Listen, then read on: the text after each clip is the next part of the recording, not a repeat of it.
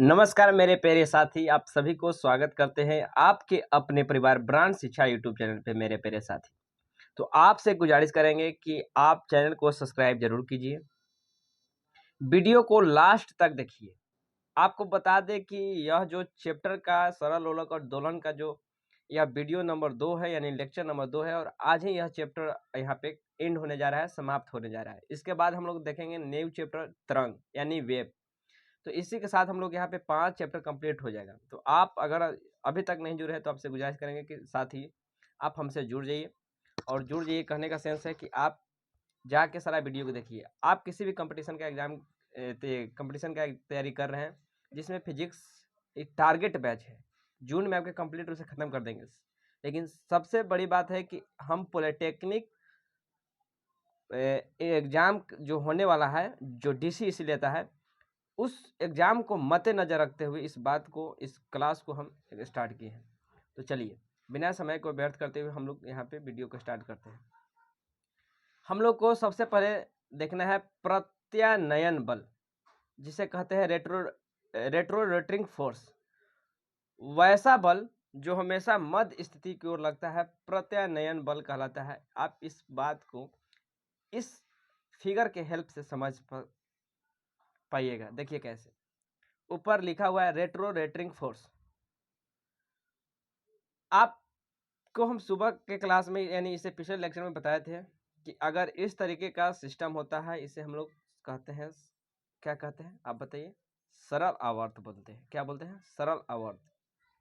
यहाँ पे आपको जो यहाँ पे जो लटका हुआ दिख रहा है, ये यहाँ से चलकर यहाँ तक आएगा, चल के यहाँ से यहाँ तक आएगा। लेकिन ये जाएगा, जब दोलन करेगा तो यहाँ से वहाँ जाएगा, लेकिन कोई ना कोई बल होगा जो इस गति को विरोध करेगा कि ना, हम तोरा वहाँ जाने नहीं देंगे, हम तोरा जहाँ पे है, यानी अभी जहाँ तू बैठल है, खड़ा है, तोरा हम वहीं पर रखने देंगे। तो इधर उधर जाएगा, हम तोरा जाने नहीं देंगे।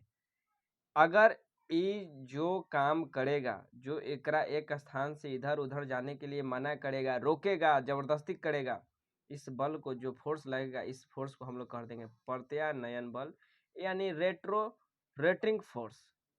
रेट्रोरेटिंग फोर्स क्या कहेंगे? रेट्रोरेटिंग फोर्स। तो आई होप कि आप इस बात को समझ पा रहे हैं। जैसे कि कहने का सेंस कुछ नहीं मेरे प्यारे साथी। एक नेक्स्ट जो आपको इमेज दिख रहा है, यहाँ पे देखिए, यहाँ पे जो ऑब्जेक्ट है, जो भी हम लोग भारी वस्तु को लटकाए हैं, यहाँ से यहाँ जाना चाहेगा, फिर यहाँ से यहाँ जाएगा, फिर यहाँ से यहाँ आएगा, लेकिन एकरा एक गति के विरोध करेगा। नहीं, एकरा हम एने नहीं जाने देंगे, ना एने ना जाए देंगे, एने नहीं जाने देंगे। बाप बाप बाप, बस बस बस। जो जो जो ये बल विरोध करेगा, बात गौर से समझिए, जो बल विरोध करेगा कि नहीं, आपको हम उधर नहीं जाने देंगे, जो हमेशा मध्य स्थिति की ओर लगता है। मध्य स्थिति इसका कहाँ है, आप लैंग्वेज से समझिए। मध्य स्थिति कहाँ है इसका? मध्य स्थिति यहाँ पे है, मिडिल मिडिल मिडिल मिडिल, यानी मध्य यहाँ पे है। तो आपको हम क्या बताएं कि एने जाएगा तो ई फोर्स एने लाएगा, तो बताइए मध्य स्थिति की ओर लाएगा कि नहीं लाएगा? एने जाएगा तो ई फोर्स एकरा एने टेल के लाएगा, तो बताइए मध्य स्थिति की ओर लाएगा कि नहीं लाएगा? तो एकदम सिंपल भाषा में कहें कि जो हमेशा मध्य यानी मिडिल में लगता है, जो हमेशा फोर्स मिडिल में लगता है, प्रत्यानयन बल कहलाता है। आई होप कि आप इस बात को समझ पाए होंगे। चलिए इसके बाद थोड़ा सा देखिए, आपको अभी जो हम फिगर दिखाया, जिसमें जो दोलन कर रहा है, यानी एक सिरा से दूसरे सिरे पे जा रहा है, यहाँ पे आपसे कभी कभी कुछ न कुछ पूछता है। क्या पूछता है? पूछता है कि बताइए कि इसका मिडिल में विस्थापन क्या होगा, मिडिल में त्वरण क्या होगा, मिडिल में बल कितना लगेगा, कितना होगा, अंतिम छोड़ा पर क्या होगा। तो आप सीधा सीधी समझ लीजिए मेरे प्यारे साथी कि क्या समझ लीजिए कि आप एक पॉइंट, 2 पॉइंट पे याद कर लीजिए। देखिए का यहाँ पे बात क्या है, यहाँ जब अधिकतम है तो यहाँ शून्य है, यहाँ अधिकतम है तो यहाँ शून्य है, यहाँ अधिकतम है तो यहाँ शून्य है, यहाँ अधिकतम है तो यहाँ शून्य है, यहाँ शून्य है तो यहाँ अधिकतम है, यानी शून्य है यहाँ अधिकतम। कहने का पूरा सेंस है यहाँ पे कि सब यहाँ पे दुए वो खेला है, या तो अधिकतम न तो शून्य, या तो अधिकतम न तो शून्य। तो आप इतना याद कर लीजिए कि मध्य स्थिति में, कहाँ पे? मध्य स्थिति में, कहाँ? मध्य बिंदु पे, मिडिल पॉइंट पे वेग जो होगा वो अधिकतम होगा। बस आप एक ही बात को याद रखिए, मिडिल पॉइंट पे मध्य में वेग जो होगा वो कितना होगा, अधिकतम होगा। तो आप जानते हैं कि गतिज ऊर्जा का फॉर्मूला होता है, कितना होता है, हाफ mv²। बस आपको हम एक ही बात याद करने के लिए कह रहे हैं, हाफ mv²। यानी जब वेग ज्यादा होगा तो गतिज वेग यानी गतिज ऊर्जा अधिक हो जाएगा खुद है। जब वेग ही ज्यादा हो गया तो गतिज ऊर्जा तो ज्यादा हो जाएगा। तो आपको हम सिर्फ एक बताया कि सिंपल हार्मोनिक मोशन में मिडिल पॉइंट पे वेग जो है मैक्सिमम होगा। जब वेग मैक्सिमम होगा तो गतिज ऊर्जा मैक्सिमम। आप इस फॉर्मूला अगर जान रहे तो कर दीजिएगा, बात बाकी सब शून्य कर दीजिए।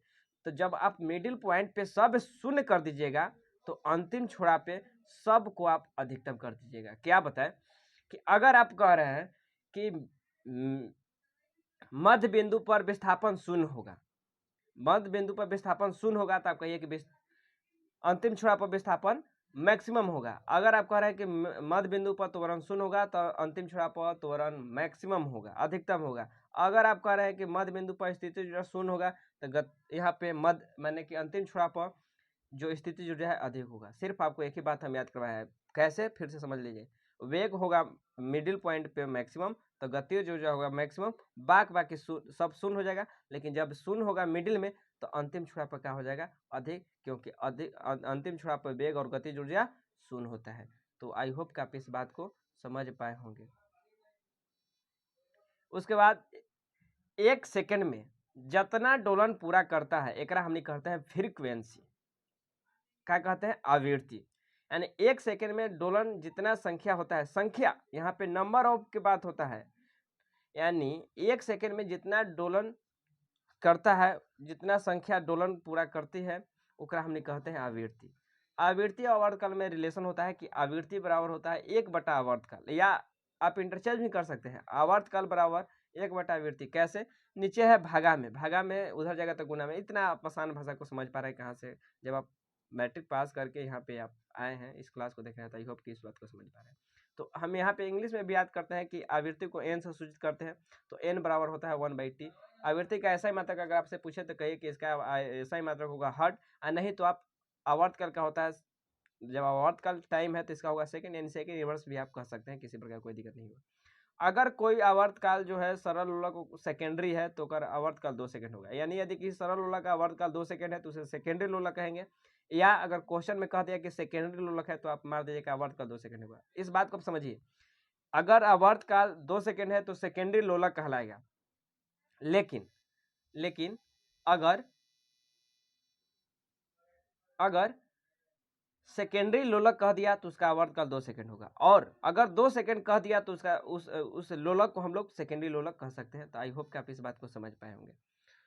और जो लोलक है उद्दोलन प्रत्यानयन बल के कारण करता है, जो कि अभी आपको हम पीछे बताएं, रेट्रो रेटरिंग फोर्स के कारण। क्यों, क्योंकि ई जाता है इधर, यानी कि ई जाना चाहता है इधर, और ई कहता है कि ना इधर आओ, विरोध करता है। यानी जो लोलक है उद्दोलन करता है प्रत्यानयन बल के कारण।